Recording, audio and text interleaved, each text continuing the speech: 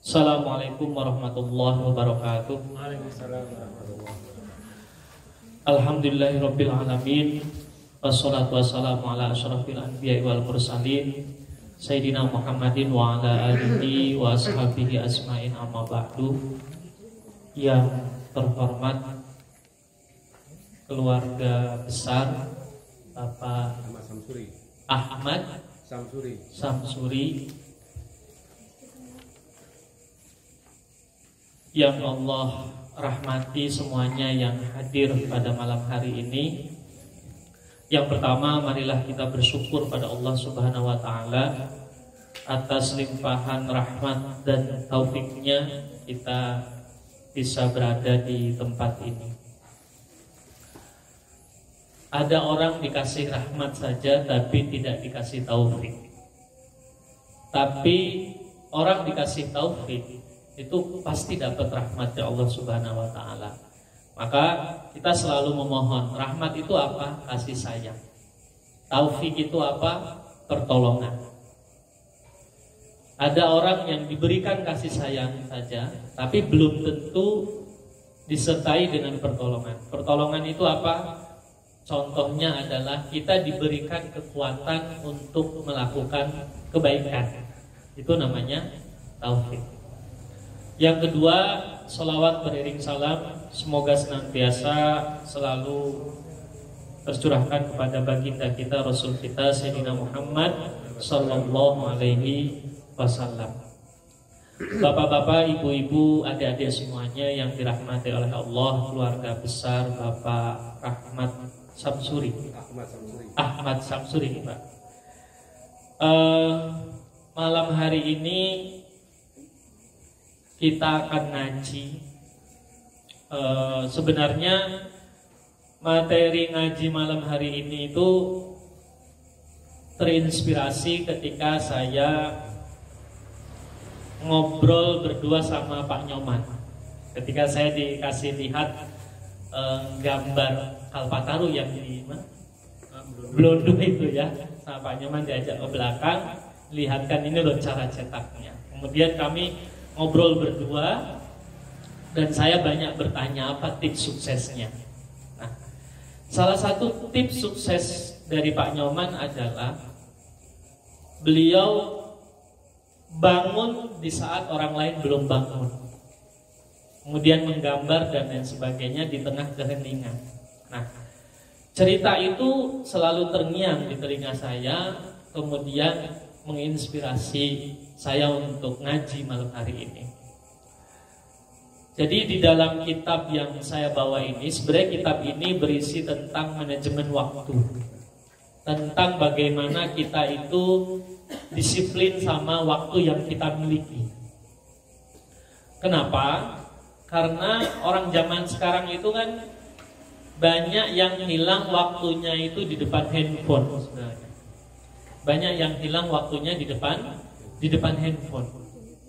Padahal para pengusaha handphone sendiri pun di luar negeri itu tidak mencekoki anaknya dengan gadget, ya, dengan gadget. Maka ini menjadi problem, menjadi tantangan, menjadi peluang bisnis. Maka tidak bisa di stop juga handphone itu. Memang itu sudah menjadi kebutuhan, ya, tidak bisa dihalang-halangi. Itu sudah akhirnya menjadi teman. Apalagi ini adik-adik di sini kan generasi alfa semua. Generasi alfa itu lahir brojol itu di sampingnya sudah ada handphone, Pak. Ya, di sampingnya sudah ada handphone. Maka malam hari ini ngaji kita itu lebih kepada manajemen waktu. Saya awali dengan namanya adab bangun tidur. Di sini ada salah satu bab membahas fi adabi al-istiqad ba'da naum ini, ya. Jadi bangun tidur itu ternyata ada adabnya. Nah, sebelum saya membahas adab bangun tidur, saya akan membahas adab mau tidurnya dulu. Ini sepele dan banyak orang melupakan, tapi penting. Dalam hidup kita ini kan yang pasti itu cuma satu. Agama apapun itu mengiyakan, Pak. Dalam kehidupan manusia itu kepastian itu cuma satu. Mati. Nggak ada yang pasti di dunia ini. Pekerjaan nggak ada yang pasti. Ya, rezeki penuh dengan rahasia, jodoh penuh dengan rahasia, umur penuh dengan rahasia, kesehatan penuh dengan rahasia. Yang pasti cuma satu, kematian. Kematian. Jadi di dunia ini nggak usah terlalu risau juga kita. Hidup di dunia ini nggak usah terlalu risau. Karena apa? Yang memang semua nggak ada yang pasti gitu. Yang pasti itu cuma kematian. Nah, yang sudah mengalami kepastian itu adalah orang-orang yang kita sebutkan tadi. Ada Bapak Ibu Martorejo, ada Bapak Ibu Mulyo Sumarto gitu. Apakah mereka menyaksikan kita? Menyaksikan. Menyaksikan dan mendengar dan melihat. Salah satu ahli tafsir terbaik di negeri kita, Profesor Quraisy Shihab.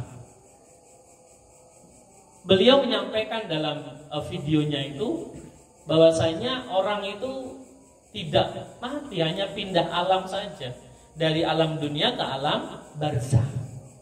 Nah, alam barzah itu sama Pak Quraisy Shihab itu dijelaskan seperti sebuah ruangan yang dindingnya kaca.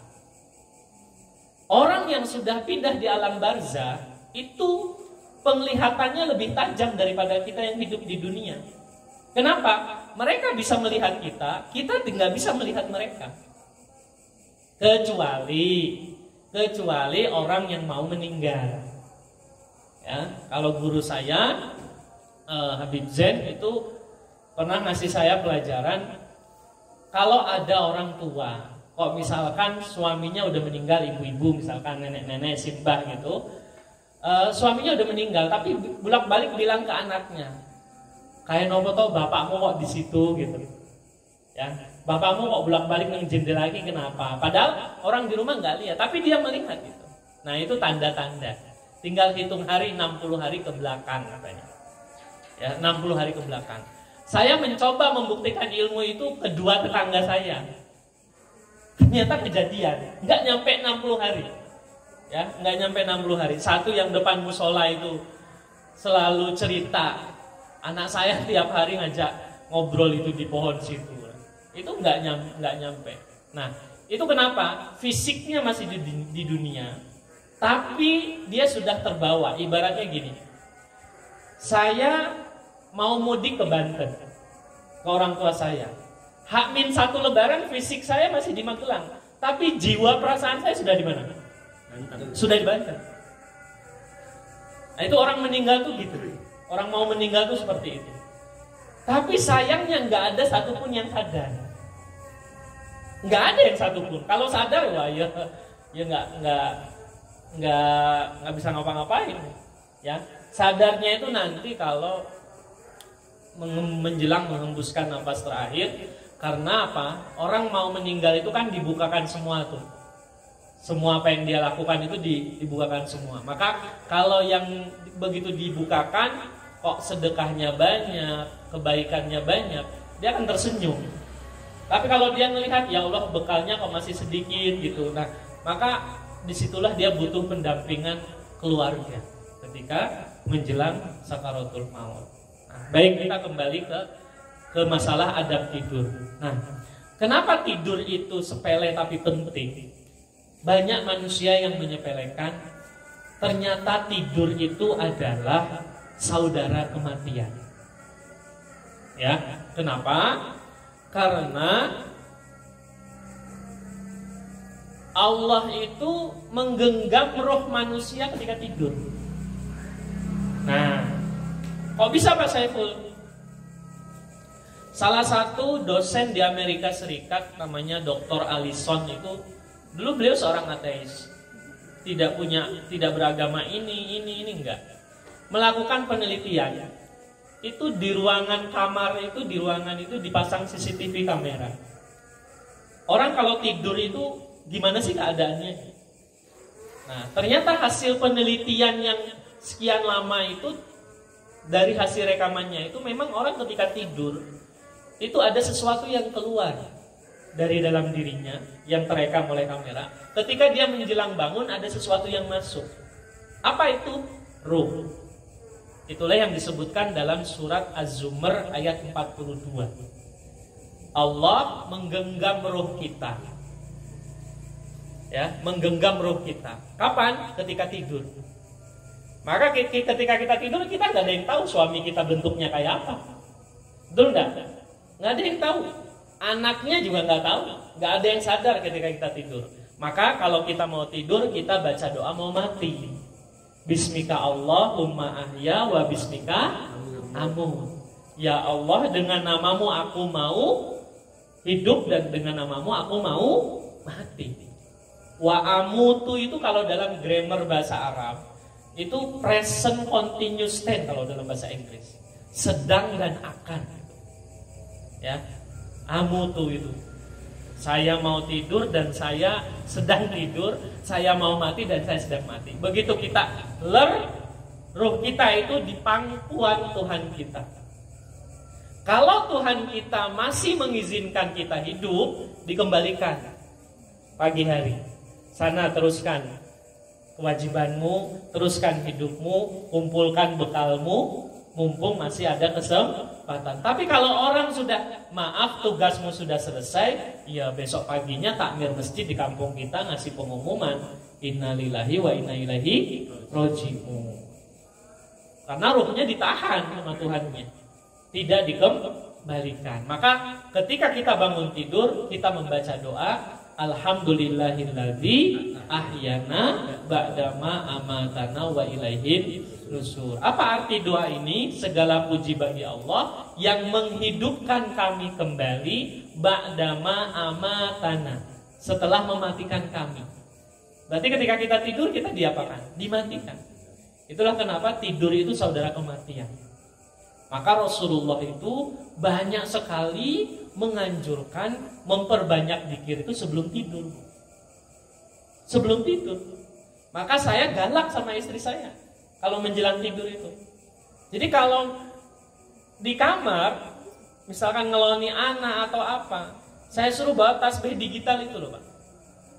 Saya bilang ke istri saya nggak tahu yang besok pagi masih hidup tuh saya apa kamu. Kita nggak tahu. Siapa yang bisa jamin? Nggak ada. Nggak ada. Orang sehebat apapun nggak ada yang bisa jamin. Maka ketika dia besok paginya bangun tidur kok sehat, harusnya dia bersyukur. Harusnya dia bersyukur. Nah maka saya mengajak Bapak Ibu semuanya di sini mulai malam ini kalau mau tidur itu tata-tata. Ya, tata-tata. Caranya gimana Pak Saiful? Satu, kita thinking chair dulu. Thinking chair itu 5 menit merenung. Dari pagi sampai sore sampai malam, Tuhan itu baik sama saya. Tuhan itu ngasih saya kemudahan, ngasih saya rezeki, ngasih saya sehat. Alhamdulillah, terima kasih. Ucapkan begitu saja. Sekarang saya tanya, kalau kita berterima kasih itu ditambah apa dikurangi? Nah ini kunci umur panjang. Ya, kunci umur panjang. Karena kita thinking chair dulu tuh sebelum tidur. Nah, dalam agama Islam ada fasilitas namanya sholat hajat. Ya, ada fasilitas namanya sholat hajat sebelum tidur. Maka kalau bisa sebelum tidur itu kita ucapkan dulu terima kasih kepada Tuhan kita karena seharian itu wah begitu banyak sekali pertolongan gitu. Ya, anak selamat, kita selamat, nggak kecelakaan, dijauhkan dari orang jahat, banyak sekali pertolongan itu. Ya, maka kita ucapkan terima kasih. Kenapa? Karena besok paginya begitu Tuhan kita membangunkan, itu sudah dengan sepaket pertolongan. Saya ulangi lagi. Setiap Tuhan kita membangunkan kita di pagi hari, itu tidak hanya sekedar membangunkan Pak Edi, tapi sudah dengan sepaket pertolongannya hari itu. Jadi Allah bangunkan, Allah kembalikan ruh kita, tapi Allah temani dengan segudang pertolongannya. Nah ini. Tapi kalau kita tidak bersyukur, ya mungkin Allah bangunkan besok, tapi dengan segudang ujian. Maka itulah kenapa ada istilah namanya sedekah subuh. Karena sedekah subuh itu adalah untuk menolak bala. Karena santet dan lain sebagainya itu turunnya sebelum subuh. Gitu. Ya, di jam-jam seperti itu. Itulah ada namanya sedekah subuh. Baik, saya lanjutkan. Jadi mari mulai malam hari ini kita kalau mau tidur tata-tata. Minimal bersyukur. Ya, bersyukur, istighfar 1 kali, kemudian baca sholawat dan ucapkan alhamdulillah agar besok kita bangun masih sehat. Nah, Bapak Ibu yang dirahmati oleh Allah, dalam kitab ini Imam Ghazali menyampaikan faida istaiqadta minan naum fastahid. Kita tuh kalau bangun tidur tuh harus sungguh-sungguh. Ya, harus sungguh-sungguh. Qabla tulu'il fajri, sebelum matahari itu muncul. Itulah kenapa saya terinspirasi dari cerita Pak Nyoman ketika ngobrol itu. Saya jam 4 sudah di sini Pak Saiful. Ya, itulah yang disampaikan oleh Imam Ghazali. Fastahid qabla tulu'il fajri. Ya. Itu kunci suksesnya di situ. Ya, sebelum matahari itu keluar. Dan hendaklah ma yajri ala qalbika wa lisanika zikrullah. Hendaklah yang pertama kali muncul di hatimu, ya, yang pertama kali bergerak di hatimu dan di lisanmu itu adalah memuji Tuhanmu dulu. Maka doa bangun tidur itu alhamdulillah. Ya. Apakah hanya cukup dengan ucapan? Tidak. Ya dengan ekspresi. Kita bangun cepat-cepat, ya, disiplin, penuh semangat, kemudian kita melakukan aktivitas sambil hatinya syukur. Maka ada 4 kunci rezeki, gitu kan? Ada 4 kunci rezeki. Salah satunya yakin sepenuhnya kepada Tuhan. Yang kedua, hilangkan rasa susah dalam hati. Ini kalau ingin rezekinya melimpah tapi berkah, ini hilangkan rasa susah dalam hati. Kemudian yang ketiga yaitu pikirkan kebutuhan orang lain. Contoh misalkan keluarga kita, ya, karyawan kita, tetangga kita yang nggak mampu. Kemudian yang terakhir adalah akuilah kebaikan orang lain. Karena kita nggak bisa sukses sendirian. Itu salah satunya. Maka di sini penting sekali bersyukur. Maka fakul ingdadzalika, kata Imam Ghazali, maka ketika pagi hari itu ucapkanlah alhamdulillah, minimal alhamdulillah saya hari ini masih bangun, kemudian sehat. Kalau lengkapnya ya doa bangun tidur. Nah, salah satu ulama Nusantara Indonesia di sini menambahkan penjelasan. Ada salah satu hadis Rasulullah menjelaskan begini, Pak. Ini buat kita ya, orang tua dan adik-adik semuanya. Yaqidus syaiton ala qafiyati roksi ahadikum. Jadi ternyata setan itu pekerjaannya setiap malam, itu pekerjaan tetap setan itu ngikat tumpuk manusia di sini, Pak. Qafiyati itu sini. Itu diikat sama setan itu. Itu everyday. Kalau malam itu diikat di sini. Ini yang bilang bukan saya, Rasulullah lewat hadisnya yang diriwayatkan oleh Imam Bukhari. Idza huwa nama salasa uqadin, 3 ikatan kata Rasulullah. Yadribu ala kulli uqdatin makanaka alaika lailun tawilun falqud. Jadi 1 ikatan, setan berbisik, malam masih panjang, enggak usah bangun pagi. Ya, bangunnya siang aja. Itu setan itu sambil ngikat di sini punduknya. Nah, terus gimana Pak Saiful? Ya itulah kenapa ada istilah namanya diruqyah gitu. Wah, orang itu harus diruqyah ya. Ya benar juga. Ya, kenapa? Diikat setan kok.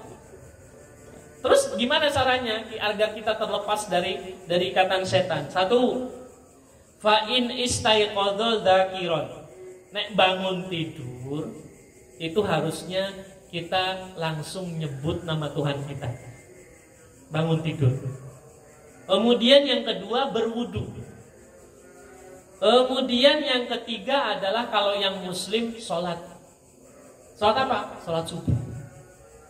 Ya, sholat subuh. Kalau belum subuh, ya sholat malam. Nah, apa efeknya? Ini efeknya, ya, efeknya ini, ya, ilmu ini saya tahu, tapi yang sudah melaksanakan Pak Nyoman. Fa asbaha nasyiton thayyiban nafsi. Maka orang yang bangunnya pagi sebelum tulu'il fajr, sebelum terbitnya matahari itu dia akan menjadi manusia yang nasyiton, ulet, tekun, rajin, karakternya bagus, thayyiban nafsi.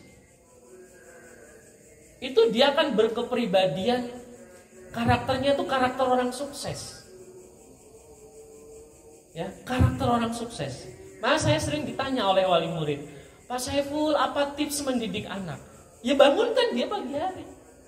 Caranya gimana? Ya paksa. Ya, paksa. Memang itu kuncinya. Ya, maka kalau kata orang zaman dulu ya, kalau bangun siang katanya rezekinya dipatok apa, Pak? Ayam. Patok ayam gitu ya. Jujur Bu, bapak saya itu orang yang paling galak. Ya, bapak saya itu kalau bangunin anaknya itu, aduh, gimana caranya sebelum jam 5 itu semua seisi rumah harus bangun. Jadi fa'asbaha nasyitan thayyiban nafsi. Maka dia di pagi hari itu akan menjadi, ini wataknya jadi bagus. Nasyiton itu dalam bahasa Arab itu artinya banyak. Ya rajin, ya ulet, ya tekun, ya telaten. Ya, karena disitulah dia akan menjadi kepribadiannya itu jadi bagus. Ya. Wa illa, tapi kalau dia itu enggak bangun tidur enggak ingat Tuhannya, enggak wudu, enggak sholat subuh, bangunnya siang, fa asbaha khabisan nafsi. Maka dia ini akan menjadi pribadi yang buruk. Apa kata Rasulullah? Kaslan, pemalas. Contoh, kalau kita bulan puasa, pulang subuhan tidur lagi, terus bangun siang, itu semangat Pak aras-arasan, Pak. Bayangkan, habit itu terbentuk everyday. Kira-kira akan membentuk manusia tangguh atau manusia pemalas? Manusia pemalas itu. Naudzubillahi min dzalik ya.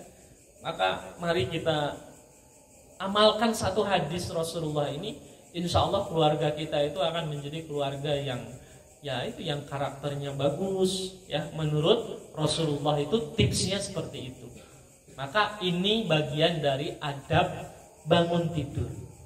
Jadi kalau adik-adik yang masih kecil pengen jadi orang sukses, pengen menaklukkan dunia gitu ya, ya bangunlah di saat orang lain belum bangun. Ya, bangunlah. Kalau bangunnya itu setelah ayam ya nanti rezekinya dipatok ayam. Nah, Bapak Ibu yang dirahmati oleh Allah Subhanahu wa taala, lewat hadis tadi kita bisa mengambil kesimpulan bahwasanya yang bisa kita lakukan di pagi hari adalah selain kita itu bangun tidur, kita juga ternyata harus menjaga adab kita di depan Tuhan kita. Apa adabnya? Adabnya adalah bersyukur. Ya, adabnya berdoa dan bersyukur. Maka apa saja? Terus kalau sudah sholat subuh, apa yang harus saya lakukan, Pak Saiful? Ya, apa yang harus saya lakukan? Saya tuh pernah, kan saya sering baca buku-buku terjemahan bahasa Inggris kayak Stephen Covey, kemudian ya buku-buku Barat gitu. Ternyata para CEO perusahaan besar itu di negara Barat itu yang ya itu mereka ketika diwawancara di YouTube gitu, apa tips sukses Anda? Saya bangun sebelum orang lain bangun tidur. Saya berangkat ke kantor sebelum karyawan saya nyampe kantor. Ini kan disiplin namanya. Disiplin waktu. Ternyata disiplin ini sudah disampaikan oleh Rasulullah lewat hadisnya tadi. Jadi pelajaran kita malam hari ini, karena roh kita dipangku oleh Tuhan kita, maka tata kalau mau tidur jangan berantem, jangan bertengkar menjelang tidur, jangan mikirin hutang sebelum tidur, nanti bangun tidur bawa hutang. Tapi sebelum tidur itu ya Allah hutangku lunas itu. Nanti bangun tidur ruhnya itu sudah membawa jawaban hutangnya lunas gitu ya. Hutang lagi. Jadi saya sering ditanya sama guru saya, bentuk ruhmu kayak apa di depan Tuhanmu ketika tidur? Kalau kamu bertengkar sama istrimu gitu sebelum tidur. Nah, baik Bapak Ibu yang dirahmati oleh Allah, sebelum tidur kita tata-tata karena kita mau menghadapi yang namanya saudara kembar kematian. Bangun tidur karena sudah dikasih rahmat yang luar biasa, yaitu umur, ya kita sikapi dengan syukur. Maka ada 3 yang harus dihindari di pagi hari, kata Rasulullah. Ini ibu-ibu sering terjebak ini.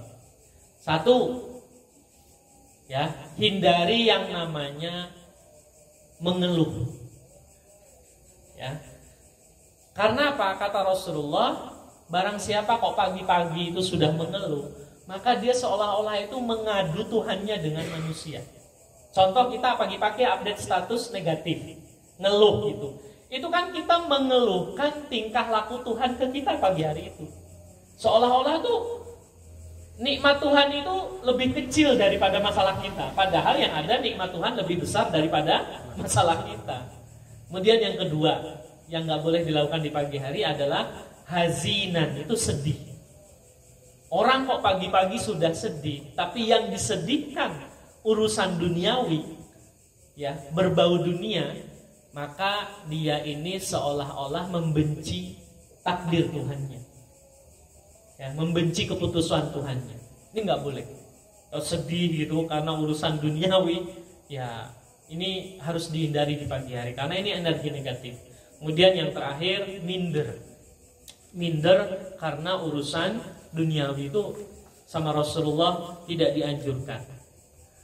Selain beribadah, zikir, bertasbih, apalagi Pak Saiful yang kita bisa lakukan di pagi hari?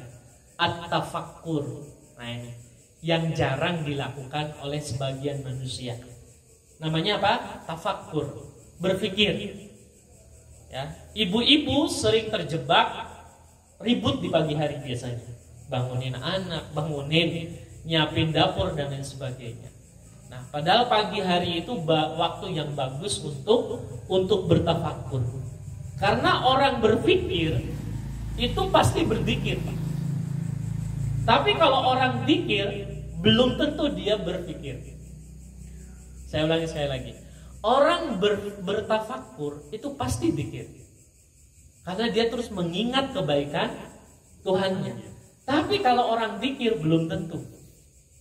Karena kadang ada orang ketiduran kalau lagi zikir, berarti nggak berpikir. Maka tafakkur itu sering disebutkan dalam Al-Quran, ya, sering disebutkan agar kalian berpikir, agar kalian berpikir. Tujuannya apa? Supaya sadar. Karena apa? Banyak orang melakukan keburukan itu karena hilangnya kesadaran. Kita itu kan ngeluh itu karena hilang kesadaran, ya, karena hilang kesadaran. Maka saya pernah ditanya, Pak Saiful, apa tipsnya agar kita selalu menjadi manusia bersyukur? Ya jangan sampai hilang kesadarannya. Karena kalau orang sadar itu pasti dia bisa melihat kebaikan Tuhannya ke dia hari itu apa? Hari itu apa? Nah, orang yang sadar itulah yang bisa melihat kebaikan Tuhan kepada dirinya. Jadi Imam Ghazali di sini menyampaikan bahwasanya setelah kita sholat subuh kemudian berzikir di pagi hari, apa yang harus dilakukan berikutnya adalah bertafakkur supaya kita berada di zona sadar. Orang ngeluh, orang sambat, orang sedih, orang pesimis itu karena kehilangan kesadaran saja. Kalau dia berada di zona sadar, pasti dia akan, oh iya, kebaikan Tuhan kepada saya banyak sekali. Bapak Ibu yang dirahmati oleh Allah, terus apa Pak Saiful yang bisa kita lakukan setelah tafakur. Nah, ya, setelah tafakur. Maka di sini ada 4 yang bisa kita pilih. Ya, ada 4. Setelah kita bangun tidur, sehat, bisa beribadah, terus kita punya waktu. Apa nih yang bisa kita lakukan? 1, tolabul ilmi. Jadi kalau jenengan tanya, apa derajat manusia paling tinggi? Yaitu ahlul ilmi. Ya, orang yang memiliki ilmu pengetahuan, orang yang memiliki kreativitas, itu namanya ahlul ilmi. Maka derajat yang paling tinggi adalah mencari ilmu. Ya. Derajat yang kedua berikutnya adalah kita jadi orang kaya, tapi kita mengabdi kepada ahlul ilmi. Contoh misalkan, Pak Edi, saya cari ilmu nggak bisa Pak Saiful. Waktunya sibuk, saya bekerja. Terus gimana saya? Jadilah orang kaya. Jadilah orang kaya raya dan mengabdilah kepada ahlul ilmi. Contohnya gimana? Ahlul ilmi itu kan orang yang sedang belajar. Misalkan Pak Edi punya uang disisihkan untuk misalkan saya tak infak untuk guru ngaji. Ya, saya infak untuk anak yatim yang sekolah misalkan nggak bisa beli sepatu baru. Ya, ahlul ilmi itu kan banyak. Ya, ahlul ilmi itu banyak. Ini orang ini mulia sekali. Ya, masuk di level 2. Terus level ketiga. Ya, level ketiga adalah jadilah orang kaya dan jadilah orang dermawan. Itu. Dia sedekah aja. Ya, tapi dia bekerja. Ya, bekerja, beribadah, bekerja dan dia dermawan.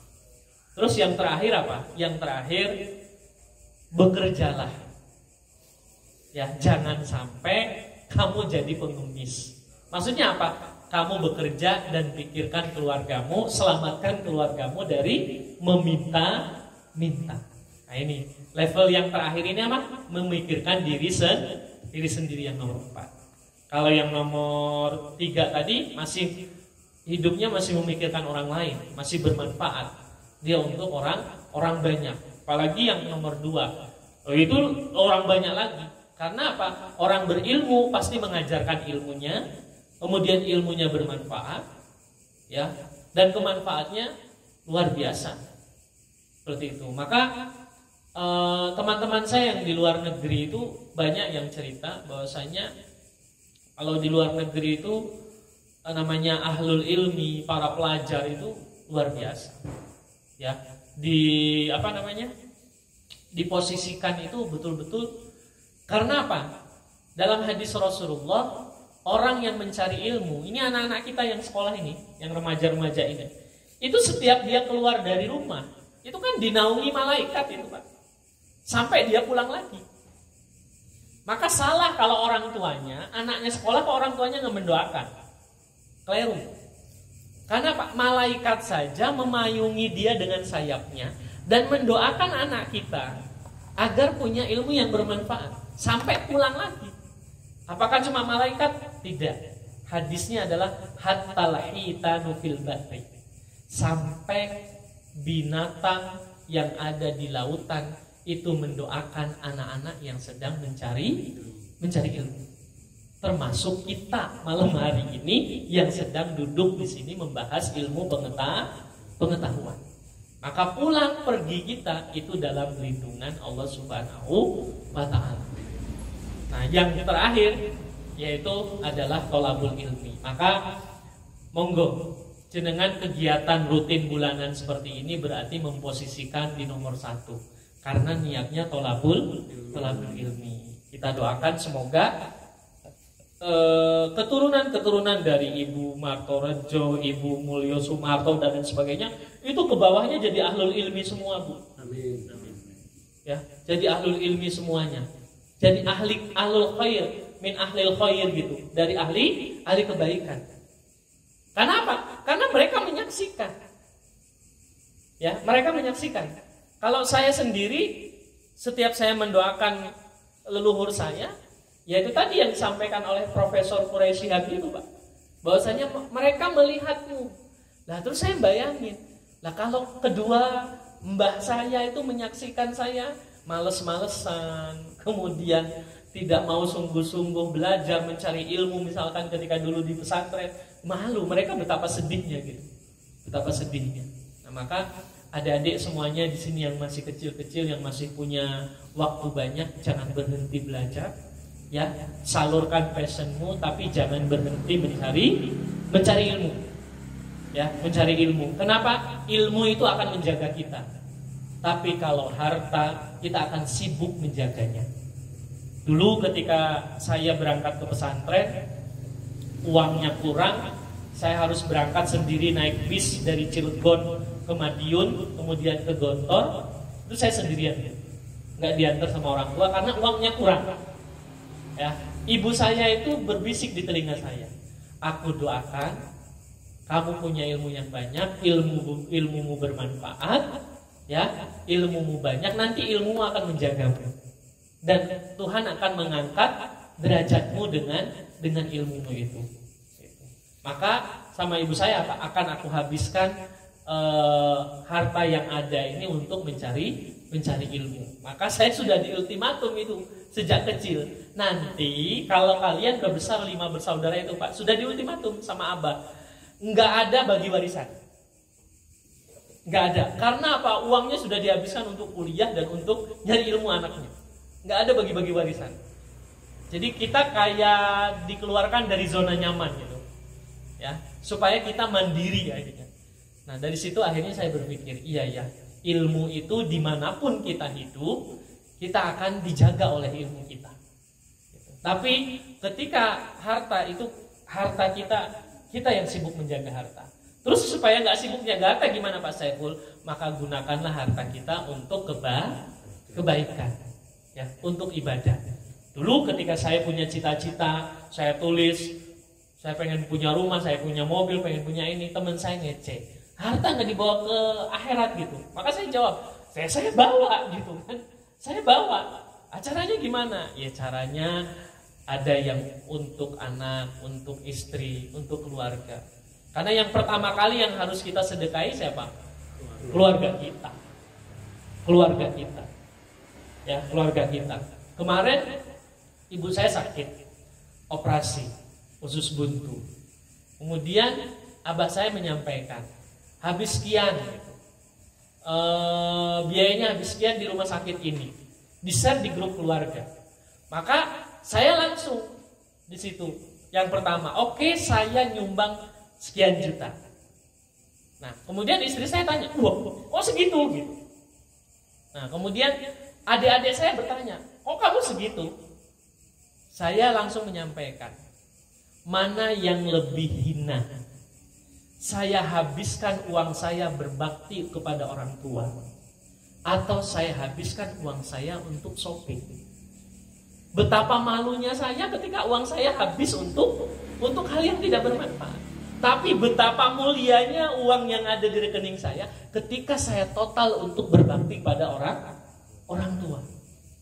Ya, orang tua. Orang tua itu bapak sama ibu itu statusnya sama loh ya. Statusnya sama. Bukan berarti karena Nabi menyampaikan siapa ibumu, siapa ibumu, siapa ibumu. Itu bukan berarti ibu lebih tinggi levelnya dari bapak, bukan. Bukan, itu karena orang zaman dulu itu harus diingatkan tentang posisi ibu, posisi perempuan. Maka diulang-ulang. Nah, ini ada yang memahami secara berbeda gitu. Maka kemarin teman saya yang kerja di kedutaan besar di Damaskus itu lagi kuliah menyampaikan itu. Aslinya nggak seperti itu. Nah, maka harta itu yang paling baik kita gunakan untuk berbakti pada orang tua, itu yang paling utama. Itu harta yang mulia itu habiskan untuk berbakti orang tua. Contohnya ini sedekah malam hari ini diniatkan untuk menyedekahi yang sudah meninggal. Sampai enggak? Sampai. Kenapa? Yang bawa kurirnya Allah. Si cepat aja datang kok. JNE aja datang ya Bu ya, kirim paket. Allah itu kan lebih kuasa daripada JNE gitu kan.